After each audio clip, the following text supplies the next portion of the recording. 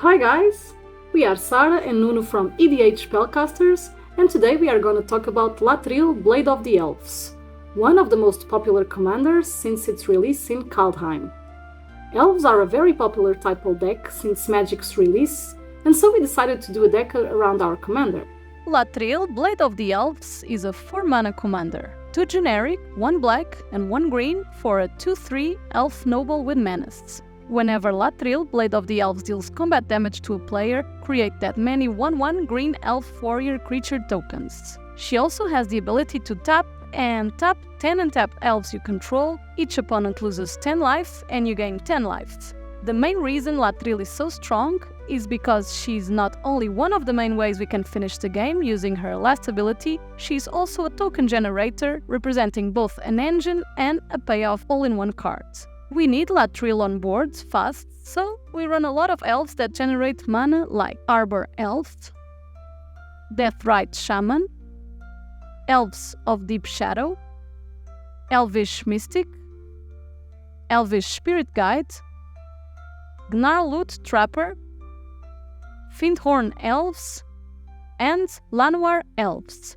These give consistency to the deck, so we can play our hand and commander as soon as possible. However, we have 3 elves in our deck that also produce mana that are way more important.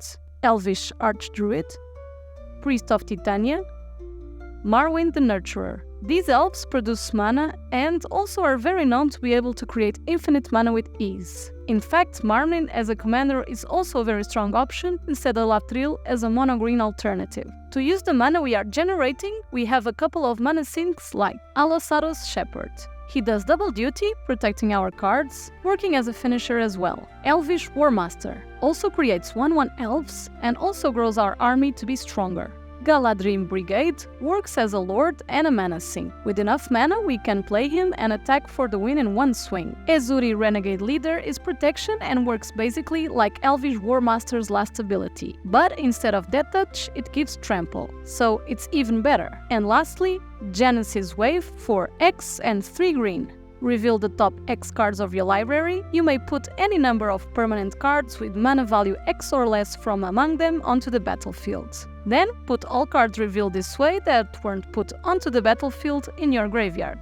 The majority of our deck is permanents, as well as our WinCons. So this is another card that also can put us back on the game if we are a little behind the rest of the table, or just win us the game if we get something spicy. As we play the cards from our hand very fast, we need a lot of card draw like Beast Whisperer, Miara Thorn of the Glade, Leaf-Crowned Visionary, Lifecraster's Bestiary.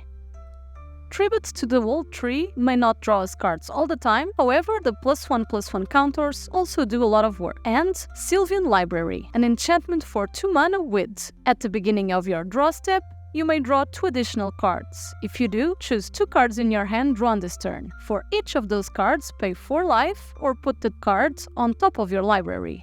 We want to win fast, so consider always paying 8 life, as having cards in hand is important. These are all the stars of the deck, as the deck wants to win super fast, and we end up trying to overwhelm our opponents with mana advantage and board presence. This makes us run out of gas super fast as well, so make sure you always have one of these at hand, or a way to get it out of the deck with cards like Fauna Shaman, a 2-mana 2/2 with pay green and tap, discard a creature card. Search your library for a creature card, reveal it, put it in your hand, then shuffle. This is a glorified tutor, assuming we have creatures to discard, like an extra mana dork. Elvish Harbinger, both a tutor and a mana generator. Natural Order, that can also tutor a creature to the board in exchange for a 1/1 token. Archdruid's Charm, an instant for 3 green with choose one. Search your library for a creature or land card and reveal it. Put it onto the battlefield tapped if it's a land card.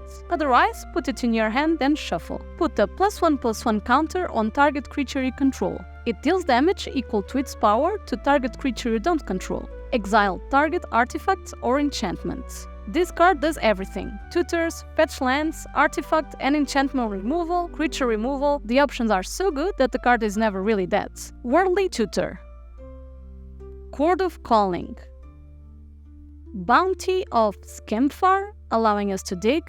And lastly, Threats Undetected, a 3-mana sorcery with search your library for up to 4 creature cards with different powers and reveal them. An opponent chooses 2 of those cards. Shuffle the chosen cards into your library and put the rest into your hand. A fair creature version of the banned Gifts Ungiven. We have Elves that punish our opponents for the number of Elves we have on the board, both by having Elves on a board or punishing them by killing our creatures like Shaman of the Pack, Scamfar Shadow Sage, Nadir's Nightblade, Elder Fang Venom, Prowess of the Fair, Poison Tip Archer.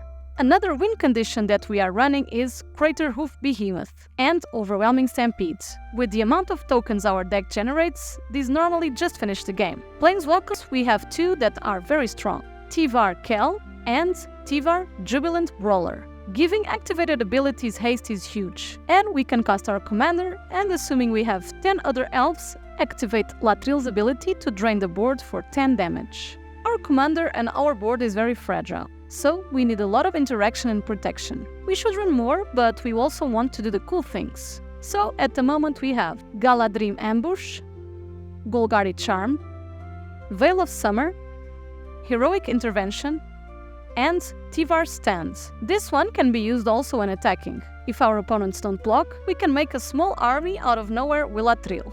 We have a couple equipments on the deck, Lightning Greaves and Swiftfoot Boots. They give haste and allow us to protect our creatures, especially on the combo Elves or our commander. Commander Plate not only protects our queen, also makes her bigger, creating more elves when she connects with our opponents. And lastly, Umbral Mantle, a combo piece that we are going to talk about later. Throne of the God Pharaoh is not an equipment, but is also very strong with our commander and our deck in general. For 2 mana we have a legendary artifact with: at the beginning of your end step, each opponent loses life equal to the number of tapped creatures you control. This rewards us for using our commander's ability and our mana dorks. The more creatures we have, the better this card will be. Speaking of tapping and untapping, we have 2 cards that are also very powerful: Quest for Renewal and Seedborn Muse. We run both in our deck, as untapping with Lathril makes it so we can deal 40 damage in a single rotation, activating our commander once each turn, basically killing our opponents. Lands we have a low amount. In our case we run 31 as we have 18 alternative mana sources. Out of these 31 lands, we have 3 utility lands that we would like to mention. Shizu, Death's Storehouse, so our commander can stack Fear with manas, making her very hard to block. Wirewood Lodge, another powerful untap ability. And Yavimaya, Cradle of Growth. Not only fixes our mana, but also pairs very well with Elvish Champion, as our creatures will be unblockable, since they all have Forest Walk and our opponents have forests. Lastly, for combos, we only have 2. However, this is an Elf Ball deck after all, so there are many ways and variations revolving around these 2 combos. The combos basically revolve around Umbral Mantle and Staff of Domination. Both of them can untap a creature for 3 mana. Any of these 2 paired with a creature that can generate at least 4 mana will result in infinite mana. So we can have Elvish Archdruids plus Umbral Mantle or Staff of Domination, Priest of Titania plus Umbral Mantle or Staff of Domination, and Marwyn the Nurturer plus Umbral Mantle or Staff of Domination. This is the main reason why we have so many potential mana sinks. We used to run more combos, but the more we had, the clunkier the deck got. So we decided to focus on the tokens and elf synergy, and have these potential combos that may show up every now and then. Hope you enjoyed our deck list, and as always, if you want to take a look at the full deck list, we will leave it on the description below. We want to hear your opinion and what cards would you add to the deck. We have a Ko-fi, so if you would like to support the channel, and as always, thank you so much and see you next time!